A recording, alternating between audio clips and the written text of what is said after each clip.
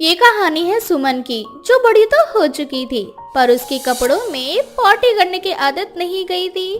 सुमन और उसकी माँ ने ये बात पूरी दुनिया से छुपा कर रखी थी। आज सुमन की शादी को 1 महीना हो चुका था और 1 महीने बाद उसका पति रौनक और इस बात की खुशी सुमन और उसकी सास को थी।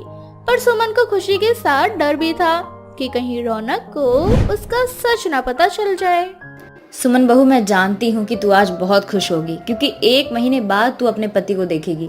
जानती हूँ मैं कितना बुरा लगता होगा जब शादी के तुरंत बाद पति अपनी ड्यूटी के लिए काम पर चला जाए तो। नहीं नहीं माँ जी, ऐसा कुछ नहीं है। मैं तो खुश हूँ कि मैंने एक फौजी से शादी करी है। पर माँ जी, रौनक जी को इतनी जल्दी छुट्टी कैसे मिल गई? मेरा मतलब है अभी 1 महीने पहले तो शादी में उन्हें छुट्टी मिली थी। वो इसलिए बहू क्योंकि रौनक की जब से नौकरी लगी है तब से उसने एक बार भी छुट्टी नहीं ली है। उसने पहली बार शादी में 2 महीने की छुट्टी ली थी, पर किसी वजह से ना उसकी छुट्टी भी कैंसिल हो गई थी और शादी के तुरंत बाद उसे जाना पड़ गया था। और बस यही एक कारण है कि फिर से उसे 2 महीने की छुट्टी मिल रही है और इस बार वो 1 महीने बाद वापस आ रहा है। इतना बोलकर ललिता चली जाती है। सुमन खुश थी लेकिन उसे डर था कि कहीं उसकी सच्चाई के बारे में उसके पति को पता न चल जाए। क्या करूँ? आज रात तक रौनक जी आ जाएंगे और अगर रात में उन्हें सच्चाई का पता चल गया तो नहीं, मैं अपनी सच्चाई का पता किसी को नहीं चलने दे सकती। क्या करूँ? कुछ समझ नहीं आ रहा। सुमन अपने कमरे में इधर उधर घूमने लगती है और जिस बात का उसे डर होता है वही हो जाता है। घबराहट के कारण कपड़ों में ही उसकी पॉटी हो जाती है।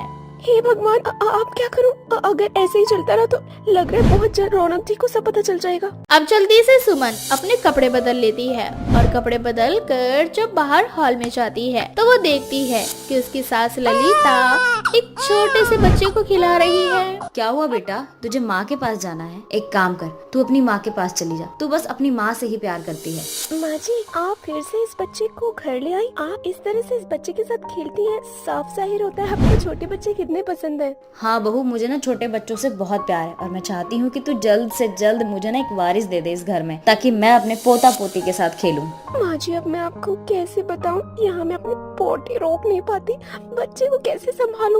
मैं अपने बच्चे की पोटी साफ करूंगी कि अपनी? क्या सोचने लगी? नहीं माँ जी, कुछ नहीं। अच्छा ले, तू थोड़ी देर खिला ले जब तक मैं दवाई खा लेती हूँ।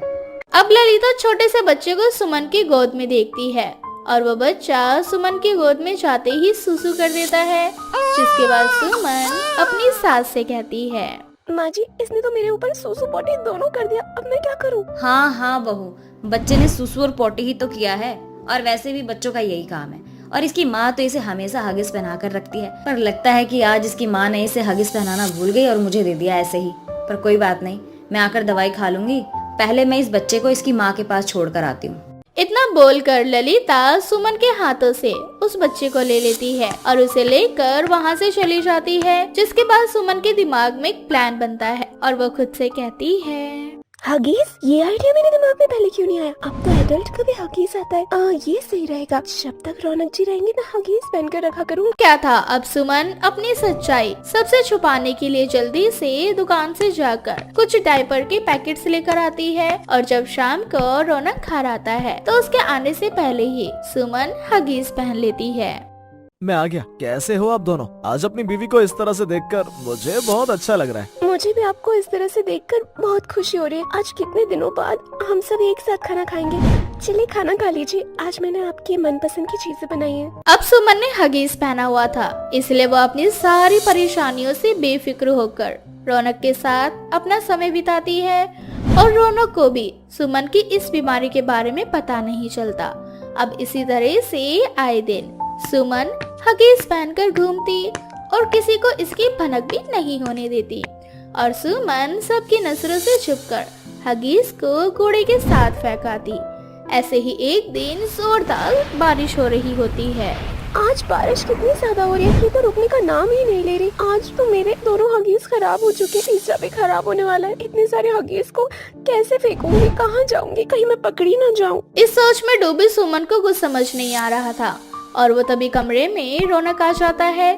कमरे में रौनक के आते ही थोड़ी बदबू सी आती है और वो सुमन से कहता है, सुमन तुम कमरे में खड़ी कैसे हो? क्या तुम्हें कमरे में कोई बदबू नहीं आ रही? बदबू? ये बदबू तो मेरे हगीज की है जिसमें मैंने सूसू और पॉटी किया हुआ है। बारिश की वजह से मैंने उसे कमरे में ही बेड के नीचे पन्नी में डालकर छुपा रखा है। कहीं रौनक जी की नजर न पड़ जाए। हे भगवान, जल्दी से इस बारिश को रोक दो ताकि मैं अपने खराब हगीज फेंक सकूं। सुमन क्या सोच रही हो बताओ? मुझे लगता है रौनक जी बारिश की वजह से ही बदबू आ रही। आप जानते हैं ना हमारे सामने वाले घर में कितने सारे छोटे बच्चे, वो सारे बच्चे सूसू पॉटी करते हैं। सुबह से बारिश हो रही है, लगता है उनकी माँ हगीज नहीं फेंक कर आ पाई होंगी। तुम शायद बिल्कुल सही कह रही हो। एक काम करो, तुम खिड़की बंद कर दो। इस खिड़की के ही जरिए घर में बदबू आ रही है। बदबू के चलते रौनक अपने कमरे से चला जाता है, तो वहीं दूसरी ओर सुमन बारिश के बंद होने का इंतजार करती है, पर बारिश बंद नहीं होती। जिसके बाद सुमन ठान लेती है कि वो इस बारिश का फायदा उठाएगी और अपने सारे हगीज नाली में फेंक देगी। माफ करना सामने वाली पड़ोसन, अगर ये हगीज पकड़े भी गए तो बारिश के पानी से खराब हो चुके होंगे और सबको यही लगेगा कि ये तुम्हारा काम है। मुझे बस अपनी सच्चाई छिपानी है। अगर किसी को मेरी सच्चाई का पता चल गया तो मेरी शादीशुदा जिंदगी बर्बाद हो जाएगी। सुमन को खुद बचने के लिए अपने डायपर्स नाली में फेंकने पड़ते हैं और ये सब कुछ रौनक देख लेता है, पर रौनक सुमन से कुछ नहीं कहता। और जब अलमारी खोलता है तो वह देखता है कि अलमारी में भी बहुत सारे अडल्ट डायपर्स रखे हुए हैं। जिसके बाद रौनक को सुमन पर शक होने लगता है और वह सुमन पर नजर रखता है।